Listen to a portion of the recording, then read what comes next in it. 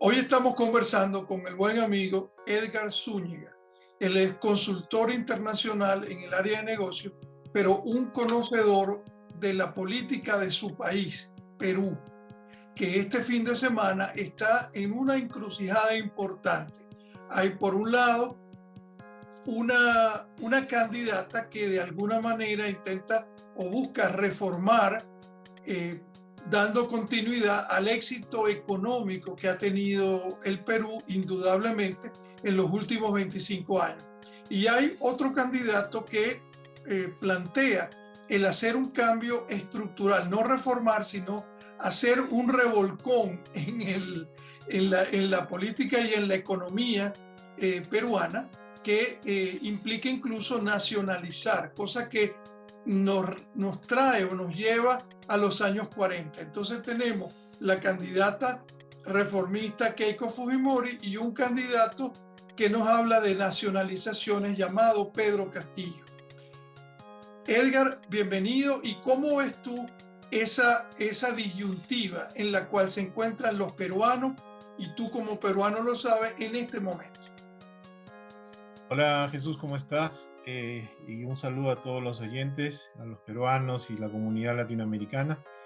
Mira, la situación aquí es un poco difícil de entender lo que está pasando en Latinoamérica, ¿no? No solo ahorita hablemos de Perú, podemos hablar de Chile, Argentina y todos los países, pero es una situación difícil. Si hablemos de Perú, como tú mencionabas, tenemos dos posiciones, uno de derecha y uno de extrema izquierda. Algo que es causa por el ausentismo de votaciones de gente de la población peruana que ha hecho en el mes de abril. Si hablamos solamente de Estados Unidos, hubo un ausentismo del 80% de votantes. Si hablamos del Perú en sí, hubo un ausentismo de cerca del 60% de votantes. Entonces, es por eso que solo quedaron dos márgenes, dos partidos, el de derecha, que es por la Keiko Fujimori, y el de extrema izquierda, que ni siquiera figuraba en la lista de los mejores, o la fuerza pues, que iba a salir, que es el señor Castillo, que es de izquierda, con 16% de votación, y Keiko entre 12 punto y tantos por ciento de votación.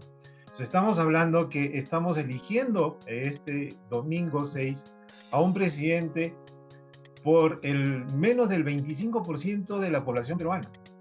Nunca se ha visto esto. Y realmente, si queremos asumir responsabilidades, que por qué ahora tenemos a una tendencia de izquierda en una candidatura a la presidencia, es por nosotros mismos, por el ausentismo que hemos pasado. ¿Y qué remedio hay? Asistir. Ir a votar y votar a conciencia. Votar por la izquierda, votar por la democracia. Existen muchos factores que impiden que Keiko Fujimori sea pues la nueva presidenta. Hay muchos, hay procesos, hay vinculaciones con problemas legales que ella tiene, mientras que el otro lado también lo tiene. O sea, si ponemos una balanza, existen entre los dos.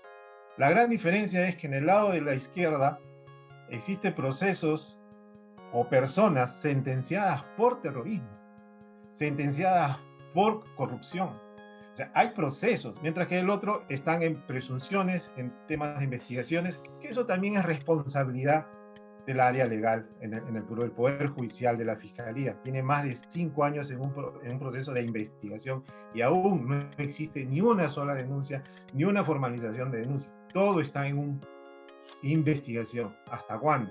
Esa es causa de toda esta situación que estamos viviendo. Muy difícil, pero debemos de tener fe en que la población tenga conciencia de lo que está sucediendo y vote pues por la democracia, porque ya se nos vienen temas difíciles. Yo estoy conectado todos los días con Lima y ya hay problemas en la ciudad, ya hay problemas en provincias. La presión, la coacción, la amenaza a los periodistas que están en contra del señor Cerrón en el sector en Junín. Jugadores antes que lleguen porque se expresaron su posición democrática, el decir yo voto por quien yo deseo votar, En el Perú es un país democrático, no me pueden imponer nada ni decir qué es lo que yo tenga que decir. Pero ya le mandaron notificaciones en el cual se debe rectificar su posición que es en contra del comunismo, por favor. Ya estamos volviendo a los temas de Venezuela. Ahora, fíjate una cosa, Edgar. Uno observa Perú y eso le da a uno envidia de la buena, como latinoamericano, de haber visto a Perú que en los últimos 25 años ha mantenido en términos económicos una continuidad y un éxito. Y es en este momento una de las economías más estables, no solo de la región, sino del mundo. Eso no significa que sea un país perfecto, una economía perfecta, porque las desigualdades no se pueden remediar tan rápidamente. Sin embargo, si no hay empleo, si no hay producción, si no hay actividad económica, no puede haber redistribución. Ahora, eso en lo económico ha habido estabilidad, pero en la política ha sido un país convulsionado. Es decir, un país en el cual casualmente el papá de la candidata se va del país, deja botado el país, renuncia de lejos, viene otro gobierno, crean, y de allí ha habido una sucesión que lleva a un expresidente que casualmente estuvo en una época muy crítica a volver a la presidencia, casi a redimirse, pero a su vez hemos visto como todos los presidentes en ejercicio tienen causas penales, algunos han estado presos y otros están en el exilio con orden de captura.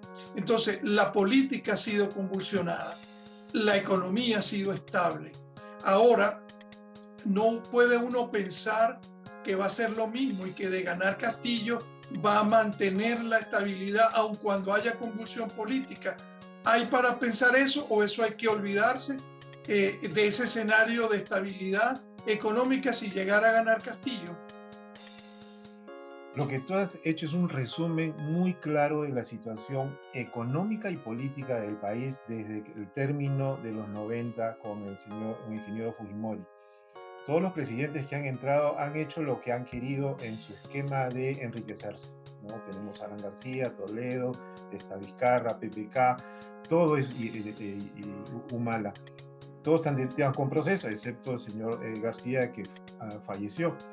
Pero lo que tú dices, algo es muy cierto y muy delicado, porque la economía no va a ser la misma, porque ya existe fuga de capitales en el Perú. Y hay muchos empresarios que están diciendo, yo saco mi dinero porque no sé qué es lo que va a suceder. Porque él habla de estatizar. Al comienzo estuvo diciendo que habla de estatizar las empresas para beneficiar al pueblo, porque es del pueblo. Y después cambia su versión, dice, no, yo no me refiero a estatizar, sino a nacionalizar los productos de las empresas. Pero realmente es lo mismo. Si yo como minero voy a producir, mi empresa la minería no va a ser expropiada, pero sí mis recursos. Entonces, si todo lo que yo produzco va a ir al Estado en buena hora, muy bien, pero que sea compartido, no como él dice que es el 70% para el pueblo y el 30% para el inversionista. ¿En qué mundo inversionista o banquero puede hacer o aceptar esas condiciones? Eso es por un lado que está generando la fuga de capitales y muchas inversiones. Yo tengo proyectos de inversión para el Perú, al cual están paralizados por el temor de la gente, temor de inversionista. Dice, ¿cómo voy yo a invertir a un país que sí es rentable, es muy productivo, pero ¿dónde va a ir mi inversión? ¿Qué seguridad tengo? Es cierto que el Perú, en base a la estructura legal para el inversionista, tiene un soporte muy fuerte, muy garantizado para el inversionista. Pero este señor lo que va a hacer es cambiar la Constitución. O sea, ¿qué quiere decir eso? Que los congresistas que han sido elegidos, que más o menos ellos tienen como congresistas 37, y sumando los de Verónica y todo, llegaría más o menos a 48, 49 congresistas. Estamos hablando que ni siquiera tiene el 50%. Entonces, definitivamente a él le interesa eliminar ese parlamento y hacer una asamblea constituyente. Y ya lo aclaró. Una asamblea constituyente, bueno, hablemos por el factor bueno, ¿no? Una tendencia linda. Ok, Se abre, como lo hizo Fujimori, elecciones, candidatos, pum, y se puso lo que es el pueblo, ¿no? La elección popular, la elección de los empresarios y todo, ¿no? Se armó la constitución en el 93. Perfecto. Pero aquí ya hay condiciones. Dice, el 50% van a ser para los partidos y el otro 50% solo van a ser para los sindicatos, representantes de organizaciones, o sea, todo lo que es de izquierda. Entonces, ¿qué estamos hablando? O sea, eso va a ser, pues, no sé, o sea, él quiere tener el manejo desde el comienzo. Y eso es muy crítico. Ahora fíjate, Edgar, hay otro detalle importante en Perú, ¿no? Es que para quien, digamos, lo que tiene que ver con la memoria política, Perú vivió convulsionado, Perú ya vivió una revolución comunista ejecutada por un gobernante militar, y muchos de los peruanos que están en Estados Unidos llegaron aquí a consecuencia de los estragos que Velasco Alvarado y su régimen causó en el Perú. Digamos, estamos hablando finales de los 60, principios de los 70, eso creó una hecatombe en Perú y eso produjo lo que fueron años posteriores la migración, porque era una economía sin brújula, y eso se extendió con algunos intentos con lo que digamos, que en paz descanse, pues, Alan García hizo, que era en ese momento un joven desbocado, creyendo en las ideologías intervencionistas y socialistas, llegó a nacionalizar la banca en Perú, es decir, llegó al extremo, pero que era en la búsqueda de buscar una solución a los estragos que había causado Velasco Alvarado. Ese proceso sigue hasta que casualmente llega Fujimori y que de alguna manera ordena la economía y ordena la política, porque de alguna manera derrota otro cáncer que tenía Perú, que era Sendero Luminoso. Ahora, de ahí comienza un proceso, digamos, más ordenado o más racional desde el punto de vista económico, que nos lleva hasta este momento. Ahora, ¿cuál es el problema ahora? Y a eso voy a la memoria, es que su hija entró en la política y se convirtió como el Rasputín de la política peruana, porque gran parte de estos casos con los presidentes recientes y el más reciente, la caída de PPP, tiene que ver con un esfuerzo de la Fujimori siendo la gran líder trastienda y creando todas esas crisis políticas.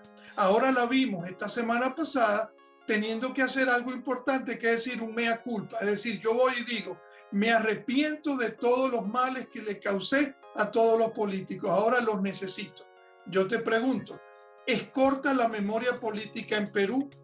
¿Los electores peruanos van a olvidar toda esa acción cercana que Keiko Fujimori hizo para golpear a sus oponentes políticos? Es una pregunta muy interesante. Existe mucho resentimiento en el Perú, pero hay dos partes. El resentimiento del que no vivió y el resentimiento del que vivió los problemas que hemos tenido en los años 90. Es el tema del terrorismo. Por eso, si tú ves en los medios de comunicación, mucha gente adulta, hablamos de 50, 60, 70 años, que sufrió, como yo igual lo sufrí en mi familia, el tiempo del terrorismo, ellos dicen, voy a ir a votar, aunque no tenga la obligación, voy a ir a votar. Y los jóvenes que están entre los 22, 23, 25, hasta los 30 años, dicen, no va Fujimori, no va más. Pero realmente ellos vivieron lo que ha pasado. No, ¿por qué? Y ese es un error que han tenido los presidentes anteriores. Es que el comunismo se metió a las universidades, el comunismo entró a los pueblos nuevamente, porque hubo un abandono de las Fuerzas Armadas después que salió el señor Fujimori. Cuando entró Toledo, los puestos del BRAE se fueron reduciendo, las zonas de Junín, las puestas de vigilancia comenzaron reduciendo porque se decía que era un presupuesto muy alto. Obvio, si los militares tenían que ver y luchar contra el terrorismo y darle, como se dice, la estocada después de todo lo que se había luchado con tantas muertes, tanto de militares y gente civil. Pero lo que está sucediendo es realmente los jóvenes. Yo pues me he puesto a conversar con muchos de ellos porque son hijos, amigos de mi hija, y que realmente dicen, no, Fujimori es una corrupta, es una ladrona, robó al país. Y yo les digo, si se ponen simplemente a revisar el libro de economía, el análisis del Producto Bruto Interno de 30 años hacia atrás, yo no lo he escrito, ni lo ha escrito ningún periodista, lo escribe el Ministerio de Economías y Finanzas, porque es el reporte que se tiene, y van a ver la productividad que tuvo en el gobierno de Fujimori. ¿Por qué? Porque Fujimori recibe una 3.200 de inflación, de hiperinflación. Entonces tenía que luchar contra todo lo que se venía. Gracias a Dios pudo solucionar el problema, porque si no estaríamos, creo que el peor país. Pero realmente se pudo insertar a la economía, pudo entrar la inversión, porque libró del terrorismo, porque los inversiones no entraban porque estaba el terrorismo. ¿Qué voy a invertir? Pero entró, hubo inversión, hubo fuentes de trabajo, hubo un crecimiento, que se tuvo que nacionalizar muchas empresas, sí, porque se llenó de muchos recomendados de los partidos del partido anterior, que obviamente puede ser una rebatija de dinero para todos. Entonces se elimina, se va y empieza. El primer año fue muy bueno, el segundo año es el problema, donde entra Montesinos y genera pues esa crisis del país. Entonces todos recuerdan el segundo periodo, pero no el primero, que fue la lucha y la reinserción económica. Pero todo queda como Montesinos, ¿no? Que le pagó 15 millones de dólares de indemnización por servicio al Estado, que era un compromiso para poder salir. Todo tiene su excusa, todo tiene una justificación, pero en esos momentos era lo más difícil que pasaba el país, era detener a Montesinos y a todos sus aliados y meterlos presos. Ahí es donde Fujimori sale del país. Cierto que abandona, cosa que no debió hacerlo. Entonces eso es lo que no se olvida a la gente. Los jóvenes dicen, no, él es un traidor. Veamos, acá hay que poner una balanza. Estamos hablando, ¿quieres un gobierno que mantenga la economía libre, o que quieres un gobierno que tenga un comunismo, que tenemos, por ejemplo, ya en todos los países? Ejemplo, Venezuela.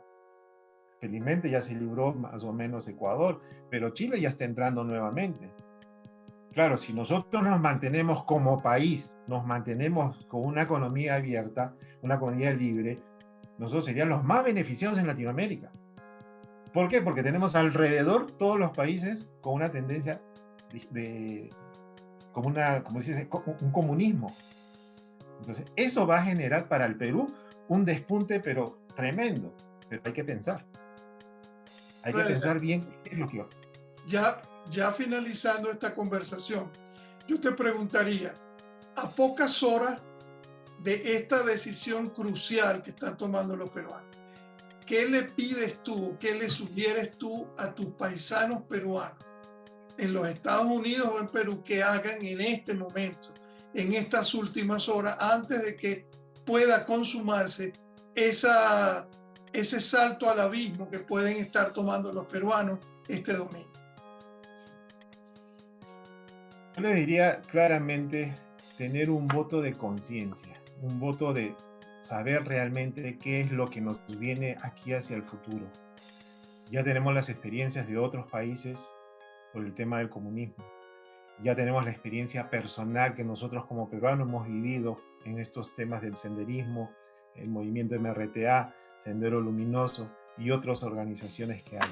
Modabev, que es un grupo que ya está entrando en fuerza.